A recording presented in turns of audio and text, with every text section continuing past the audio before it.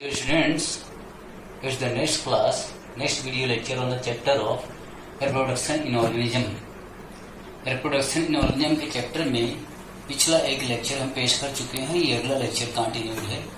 पिछले लेक्चर में हमने सेक्सुअल रिप्रोडक्शन के बारे में बताया था और अभी इसमें बताएंगे सेक्सुअल रिप्रोडक्शन। तो सेक्सुअल रिप्रोडक्शन को हम किस तरह से डिफाइन करें जिससे कि एसेक्सुअल रिप्रोडक्शन से ये डिफरेंट कैसे, ये भी पता चल जाए।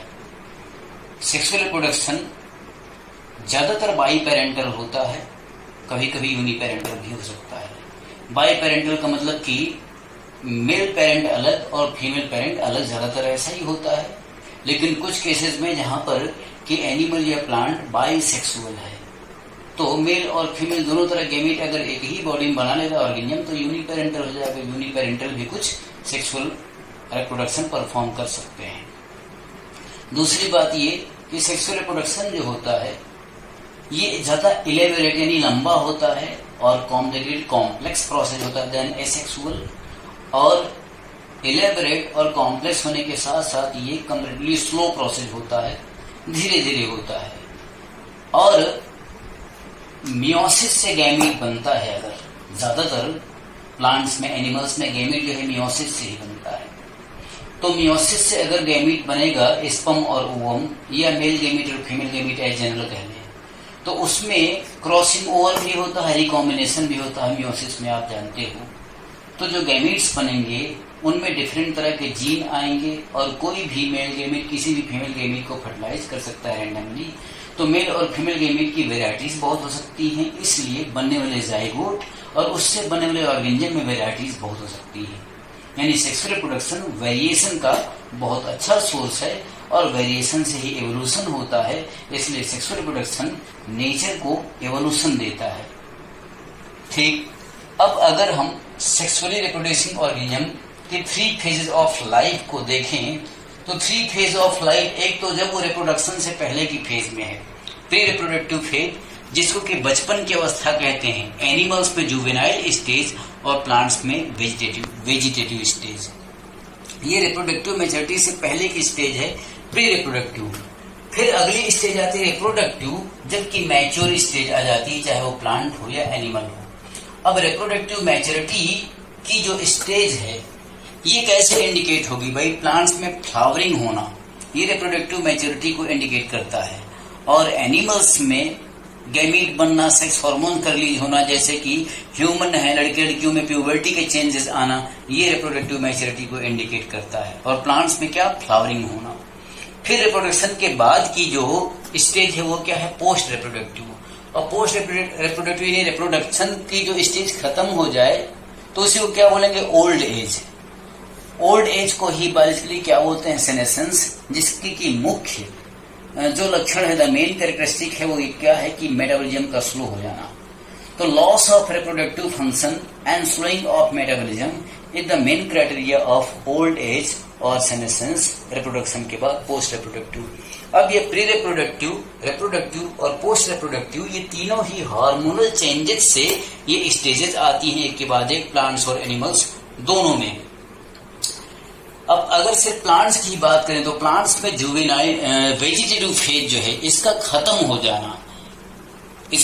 जाना, क्या इंडिकेट करेगा कि अब रिप्रोडक्टिव फेज आ गया है।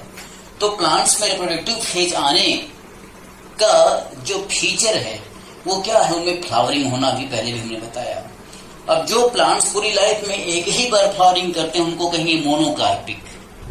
और जो प्लांट्स कई बार फ्लावरिंग करते हैं, पूरी जिंदगी फ्लावरिंग बार बार करते रहते हैं, उनको क्या बोलेंगे? पॉलीकार्पिक।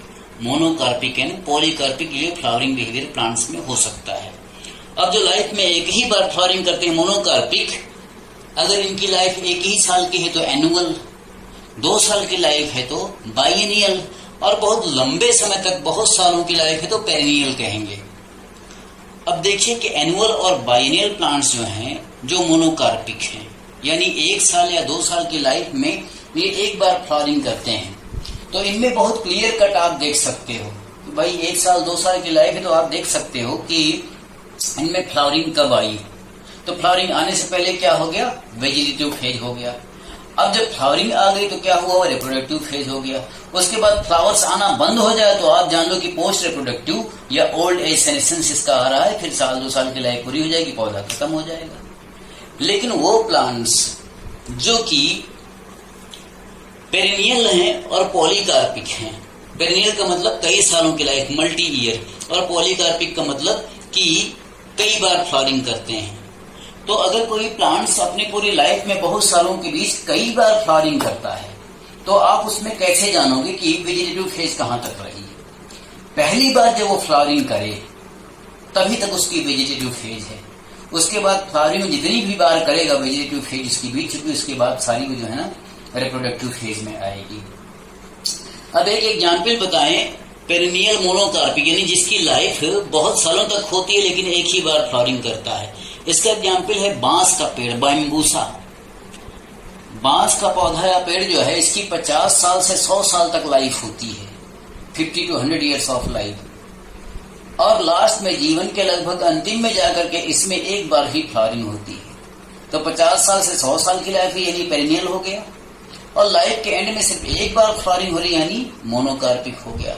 और फ्लावरिंग हुई, सेक्सुअल रिप्रोडक्शन होकर के फ्रूट बनता है, फ्रूट के वेट से लग करके हुई बांस का पेड़ पौधा वही उसके जीवन का अंत होता है, फिर वो मर जाता है।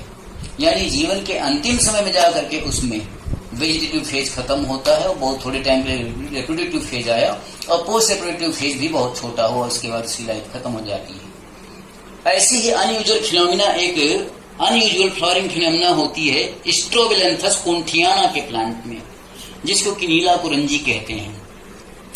स्ट्रोबिलैंथस कुंठियाना नीला कुरंजी, इसकी भी लाइफ बहुत सालों तक होती है, लेकिन ये पॉलीकार्पिक कई बार लाइफ में फ्लावरिंग करता है। और इसमें इंटरेस्टिंग बात क्या है, ये अनयूजुअल फ्लावरिंग बिहेवियर क्यों है हुआ।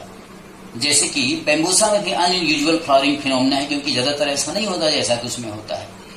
ऐसे ही अनयूजुअल फ्लावरिंग फिनोमिना स्ट्रोबिलैंथस कुंठियाना या नीला कुरंजी में भी होता है कि ये लगभग हर 12-12 सालों के अंतर पे इसमें फ्लावरिंग होती है।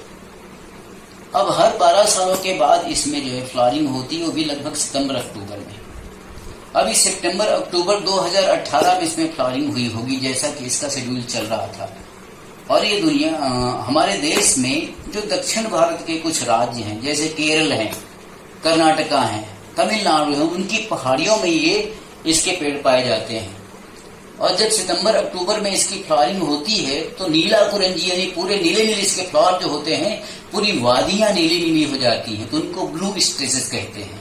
और वो इतना सुंदर लगता है देखने वालों को कि लोग उसको एक पर्यटन का भी, प्राकृतिक पर्यटन का भी केंद्र मानते हैं, उसको देखने जाते हैं, उन नीली वादियों को, ब्लू स्ट्रेसेस को। नीला कुरंजी स्ट्रोबिलैंथस कुंठियाना। अब आए कुछ बात करें एनिमल्स में ब्रीडिंग। एनिमल्स में जो सेक्सुअल रिप्रोडक्शन है, ये किस तरह से अलग अलग तरह के एनिमल्स अलग अलग बिहेव करते हैं। कुछ एनिमल्स ऐसे होते हैं जिन्हें कहा जाता है सीजनल ब्रीडर्स, यानी अपने सीजन में ही ब्रीडिंग यानी सेक्सुअल रिप्रोडक्शन करते हैं। जैसे अगर हम बर्ड्स को कहें तो बर्ड्स का भी ब्रीड करने का क्या मतलब, भाई सेक्सुअल रिप्रोडक्शन उसमें होगा, कॉपुलेट करेंगे मेल और फीमेल, तो फर्टिलाइजेशन होने के बाद अंडे बाहर देगी फीमेल बर्ड, क्या बोलेंगे ओविपोजिशन या एग लेइंग। तो जनरली ज्यादातर बर्ड्स का जो एग लेइंग का टाइम होता है, अंडे देने का टाइम होता है, वो स्प्रिंग से लेकर के समर के बीच में, स्प्रिंग सीजन से लेकर के गर्मी के ऋतु के बीच में घोंसलों में अंडे देती हैं वो, यानी यही एक सीजन हुआ इनका। तो ये क्या हुआ, सीजनल ब्रीडर्स हो गए। अब मुर्गी के अंडे आपको हमेशा कैसे मिल जाते हैं, इसलिए मिल जाते हैं क्योंकि वो नेचुरल नहीं है। ज्यादातर अंडे जो बिकते रहते हैं पोल्ट्री फॉर्म्स में, वो कोई ब्रीडिंग करके नहीं देती है मुर्गी।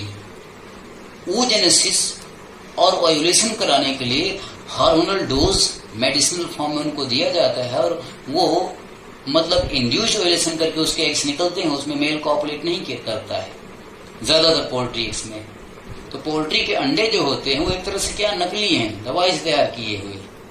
जो असली अंडे होते हैं वो फर्टिलाइज्ड एग, वो तो जिनको कि देसी अंडे के नाम से बेचा जाता है, वो फर्टिलाइज्ड एग्स हैं। तो वो तो अपने सीजन पे जो है ना मुर्गी ब्रीड करेगी, मुर्गे के साथ अभी निकलेगा। तो ज्यादातर बर्ड सीजनल ब्रीडर्स होती हैं और अपने सीजन पे ही ब्रीड करती हैं। मैमल्स, चलिए बर्ड की बात खत्म करके मैमल्स की बात करें। मैमल्स जो ट्रू मैमल्स हैं जिनमें प्लेसेंटा है, प्लेसेंटल मैमल जिनको क्या बोलते हैं, यूथेरियंस, इनकी सेक्सुअल रिप्रोडक्शन की एक्टिविटी साइक्लिक होती है, साइक्लिक फिनोमेना। अब रिप्रोडक्टिव साइकिल जो होती है इसमें क्या होता है, साइक्लिक चेंजेस होते हैं हार्मोनल इंड्यूस्ड, सेक्स हार्मोन से इंड्यूस्ड, जैसे कि एफएसएच हार्मोन है, एलएच हार्मोन है, एंटीरियर पिट्यूटरी से निकलने वाले, एस्ट्रोजेंस और प्रोजेस्टेरोन हार्मोन्स हैं जो ओवरी से निकलते हैं, प्लस जो ओविडक्ट्स फैलोपियन ट्यूब्स हैं इन सब में चेंजेस होते हैं, यूट्रस में चेंजेस होते हैं। तो हार्मोनल और सेक्सुअल डक्ट्स में, ग्लैंड्स में जो चेंजेस होते हैं उन्हीं चेंजिंग साइक्लिक चेंजेस को बोलते हैं क्या, रिप्रोडक्टिव साइकिल्स इन प्लेसेंटल मैमल्स। दो तरह की होती हैं प्लेसेंटल मैमल्स में साइक्लिक सेक्सुअल रिप्रोडक्शन की साइकिल। एक तो एस्ट्रस साइकिल, एस्ट्रस साइकिल होती है नॉन प्राइमेट मैमल्स में। नॉन प्राइमेट मैमल्स कौन हो गए, जैसे कि कैटल्स, काऊ हो गए, बफेलो हो गए, शीप, भेड़, गोट, डियर, टाइगर, डॉग एटसेट्रा, ये सब क्या है, नॉन प्राइमेट मैमल है। इनमें एस्ट्रस साइकिल होती है। एस्ट्रस साइकिल में थोड़े टाइम के लिए एक्टिव फेज या हीट पीरियड आता है। फीमेल उसी समय कॉपुलेट करती है मेल के साथ, क्योंकि उस समय उसका ओम निकल रहा होता है, ओव्यूलेशन होता है, तो उसको प्रेगनेंसी के मैक्सिमम चांसेस होते हैं। इसके अलावा बाकी टाइम वो सेक्सुअल कॉपुलेशन को अलाउ नहीं करती है, तो उसको बाकी टाइम को क्या बोलते हैं कि वो कोल्ड पीरियड है, इनएक्टिव पीरियड है। और जिस टाइम वो उसको सेक्स अर्ग होता है, ओवम निकलता है, वो कॉपुलेशन को अलाउ करती है फीमेल, उसको बोलते हैं हीट पीरियड या एक्टिव पीरियड एस्ट्रस साइकिल में। और इसमें ब्लीडिंग फेज भी नहीं आता है इन फीमेल मैमल्स में, नॉन प्राइमेट्स में, क्योंकि यूट्रस जो कटता है एंडोमेट्रियम वो वापस रीअब्जॉर्ब हो जाता है, तो ब्लीड नहीं करता है।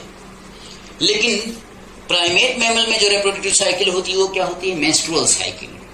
अब मेंस्ट्रुअल साइकिल प्राइमेट मैमल्स कौन हो गए, जैसे कि मंकी, एप्स, ह्यूमन, ये जो मैमल्स हैं ये प्राइमेट मैमल्स हैं। इनमें मेंस्ट्रुअल साइकिल होती है, और मेंस्ट्रुअल साइकिल सबकी अलग अलग ड्यूरेशन की होती है, जैसे कि इंसानी महिलाओं की लगभग 28 दिन की मेंस्ट्रुअल साइकिल। और इसमें तो ब्लीडिंग फेज भी होती है प्रोजेस्टेरोन की कमी की वजह से, विड्रॉल की वजह से। और इस तरह की साइकिल में क्या होता है कि ज्यादातर टाइम सेक्सुअल कॉपुलेशन हो सकता है और ब्लीडिंग फेज भी आती है। इसमें ऐसा कोई heat phase, active phase, inactive phase ये नहीं होता है मेंस्ट्रुअल साइकिल में।